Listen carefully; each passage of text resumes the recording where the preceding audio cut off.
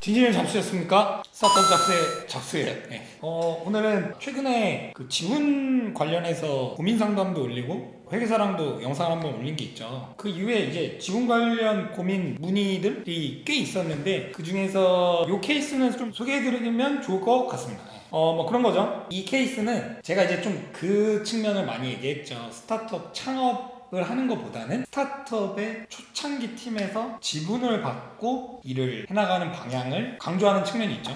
거기에 해당되시는 분이 사연은 그런 거야.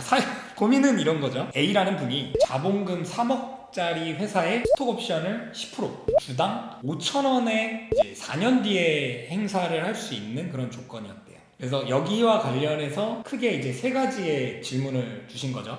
첫 번째는 스톡옵션 행사가가 임의로 정하는 거냐. 행사가가 5,000원이라는 게 이제 본인이 생각할 때는 코스닥 상장 기업들만 해도 막 1,000원짜리도 있고 막 이러잖아요. 5,000원이면 비싼 거 아니야? 이렇게 이제 생각이 드는 거죠. 요거는 이제 제가 뭐 답변을 드렸지만 영상으로 답을 드리면은 스톡옵션의 행사가는 정할 수가 있어요. 대표가 정하기 나름이죠. 그거를 이제 근로자에게 조건을 제시를 하는 거고, 벤처기업이냐 아니냐에 따라서 이 행사가를 정할 수 있는 범위가 달라져요. 벤처기업이면은 액면가에 대해서 공부를 하세요. 그러니까 액면가부터 행사가를 잡을 수 있어요. 액면가 이상으로. 액면가 500원을 했으면 행사 가격을 500원으로 할 수 있는 거예요. 근데 벤처 인증이 안 되면은 액면가가 아니라 시가, 뭐 최근에 기업 가치가 반영된 이 주식 가격 이상으로 옵션을 발행할 수 있는 거죠. 뭐 그래서 지금 이 케이스 같은 경우는 5,000원의 행사가 가능하다 라고 하면 이제 이 기업의 액면가를 봐야 되는 거죠. 액면가가 5,000원이었다 하면은 이 사람은 액면가로 발행을 할 수 있는 거고 행사를 할 수 있는 거고, 500원이었다 그러면은 액면 금액의 10배수 행사를 할 수 있는 거죠.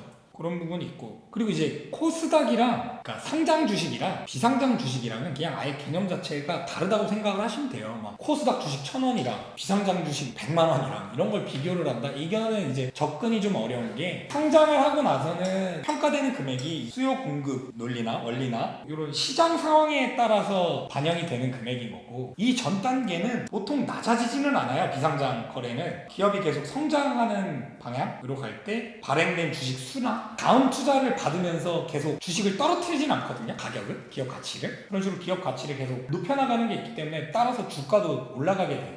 이게 좀 설명하기가 어렵긴 하다. 그러니까 막 비상장 주식에서는 발행된 주식이 만약에 처음에 대표가 뭐 액면가 1,000원으로 1,000만 원짜리 회사를 만들었어요. 그러면 애시당초에 돈이 별로 안 들어가 있잖아요. 근데 그 다음 투자를 받을 때는 이 대표가 지분율은 계속 지켜야 되는데 그 투자 받는 금액은 또 많이 받아야 되잖아요. 그렇게 되면은 처음에 이제 본인이 있는 자본금이 많이 없기 때문에 주식 가격을 높일 수밖에 없는 거죠. 근데 뭐 그렇다고 해서 기업 가치가 막 팍팍 오르고 막 이러는 개념은 아닌 거고, 그 발행 주식 수가 있기 때문에. 그래서 주식 가격이 굉장히 높아질 수가 있는 거죠. 비상장 주식에서. 근데 상장할 때는 이미 발행된 주식 수가 엄청 많기 때문에 이제 주식 가격이 좀 내려갈 수밖에 없어요, 이 시점에. 그래서 이제 아예 분리해서 개념을 생각하시는 게 좋다. 아니 그리고 이게 지금 이거 5,000원이 이 기업의 액면가가 500원이었다. 그럼 뭐 10배수로 살 수 있다 이건데 중요하진 않아요, 크게. 왜냐면 이 스톡옵션을 행사했을 때 내가 뭐 20%의 가치를 느끼려면 기업이 막 가치가 막 뭐 100억 이상 막 이렇게 쫙쫙 올라가야 뭔가 의미가 있잖아요. 이걸 또 뭐 거래를 할 수도 있어야 그때가 내가 뭔가 소득이 되는 거고, 사실은 이거를 내가 수확하기까지란 되게 어려운 확률인 거죠. 그래서 만약에 이거를 내가 행사할 수 있어서 이득을 볼 수 있는 시점이 됐다면 이거는 뭐 10배수든 몇십 배수로 살 수 있든 하여튼 20%의 권리를 갖고 있는 것 자체만으로 이득인 거죠. 그럼 만약에 이게 액면가였다? 이거는 되게 좋은이 아니라 되게 높은 범위의 조건인 거죠, 이 옵션.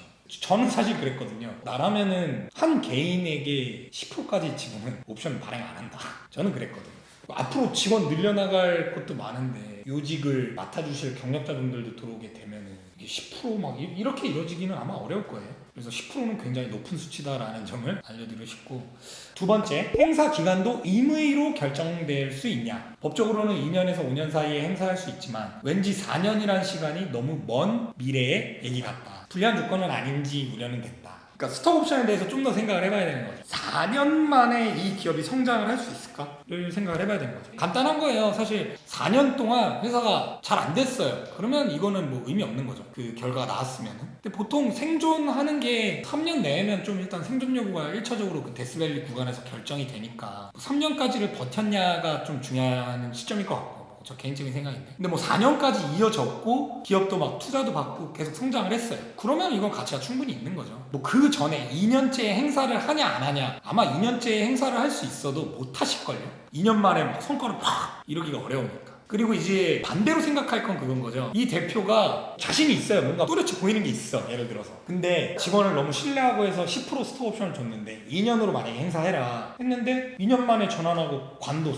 회사는 그때도 사실 어려웠어. 계속 어려웠는데 결국 이겨내고 막 뭐 3년째에 기업이 막 뭐 이제 투자 받아갖고 막 매출이 났다거나 이래갖고 그럼 이 직원은 관뒀잖아요. 근데 집은 10% 받고 있는 거죠. 이게 리스크인 거죠. 그러니까 이제 이 스톡옵션이라는 거 의미 자체가 막 주식을 사고 팔고 약간 이런 개념이 아니라 싸게 살 권리를 특정 범위만큼 줬다라는 거는 진짜 이거는 같이 한번 해보자라는 거죠. 힘든 일 이겨내고 만들어 보자. 근데 이제 이게 우리가 말로만 하기는 그러니까 나는 그거에 대한 보상을 10%의 범주를 너와 쉐어를 하고 싶어 라는 의미가 이제 대표의 마음이 되는 거고 이제 지원 같은 경우도 금전적인 이런 개념보다는 사업을 함께 한다라는 마인드의 제안일 수 있는 거죠. 이게 내가 이 사업을 정말 제대로 해보고 싶은 건지 이 기업에 대한 소유의 범주를 가져가는 거기 때문에 이제는 뭐 CEO의 마음이랑 크게 달라지지 않을 수 있을 상황인 거죠. 이게 그러니까 그 정도로는 회사에 임할 마음의 준비가 되어 있어야 되는 거죠. 이분도 그거를 좀 전하고 싶었어요. 좀 글로 답할 때는 좀 자세히는 말씀드리지 못했는데 그런 생각을 해봤으면 좋겠다라고 이제 말씀드렸거든요.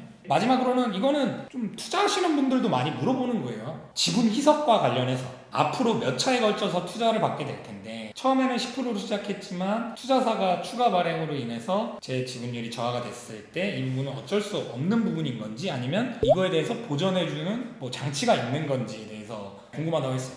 그래서 뭐 일단 장치라고 하면 그게 있어요. 이제 기존 주주가 다음 증자, 투자를 받을 때 기존 주주는 투자받는 단계에서 그 가치와 동일하게 투자를 또 할 수 있어요. 그러니까 내가 뭐 지분이 10% 있다. 근데 뭐 다음에 주가 뭐 한 3만 원으로 투자가 진행이 된다. 그럼 나도 똑같이 3만 원에 내가 갖고 있는 지분 퍼센테이지만큼 10% 범위 내에서 그거를 살 수 있어요. 증자를 또 할 수 있어요. 근데 사실 뭐 사람 마음이란 게 그렇죠. 나는 사실 뭐 1,000원 단계에서 투자를 했는데 10,000원 단계에서 내가 또 여기에 자금을 보태고 약간 이거는 너무 몰빵이기도 하고 보통 안 그러겠죠. 뭐 심리상 그런 이슈가 있다. 근데 뭐 이거 번외인데 제가 최근에 본 추천 미드 안내해드릴 건데 실리콘밸리라는 미드인데 거기에서는 하나의 투자사가 기업을 맡으면 그 다음 시리즈나 이런 것도 투자를 지속적으로 사업의 정도에 따라서 밸류에이션을 높여서 투자를 해요. 그거 보고 좀 놀랍기는 했거든요. 우리나라는 계속 끌고 가는 투자사들이 많이 있나요?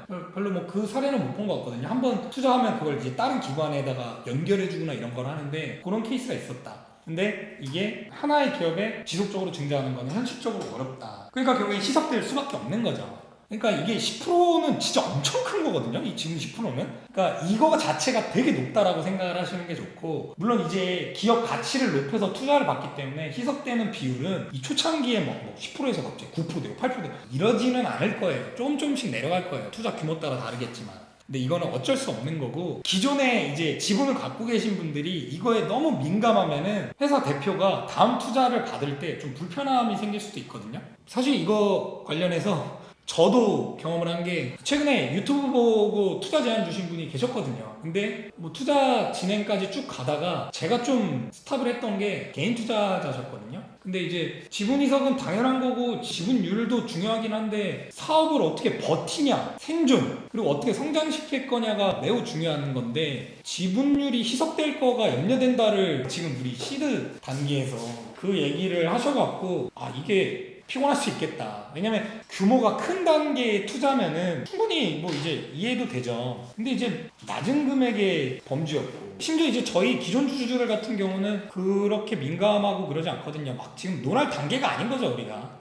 그래서 일단 지분 희석과 관련해서는 당연한 수순이다라고 이해를 하시는 게 좋고 그래서 초기에 지분 설계하는 게 좀 중요할 수 있고 이분 입장에서 이제 직원 입장에서는 굉장히 좋은 조건이다 라고 말씀을 드리고 싶네요. 특정 하나의 포지션에 유직을 맡는 인물이 3%? 어떻게 보면 3% 내외가 되게 높은 편 아닐까 생각이 들어요. 3%에서 5%? 근데 막 공동창업자는 얘기가 다르죠. 공동창업자는 이제 뭐 10% 넘어가고 이럴 수 있는 건데, 공동창업자는 진짜 초기에 아무것도 없을 때 같이 돈을 낸 사람이니까 그럴 수가 있는 거고, 그 이후에 이제 뭐 직원으로 합류하거나 스카우팅 해갖고 들어오는 케이스는 3%도 어마어마한 거죠.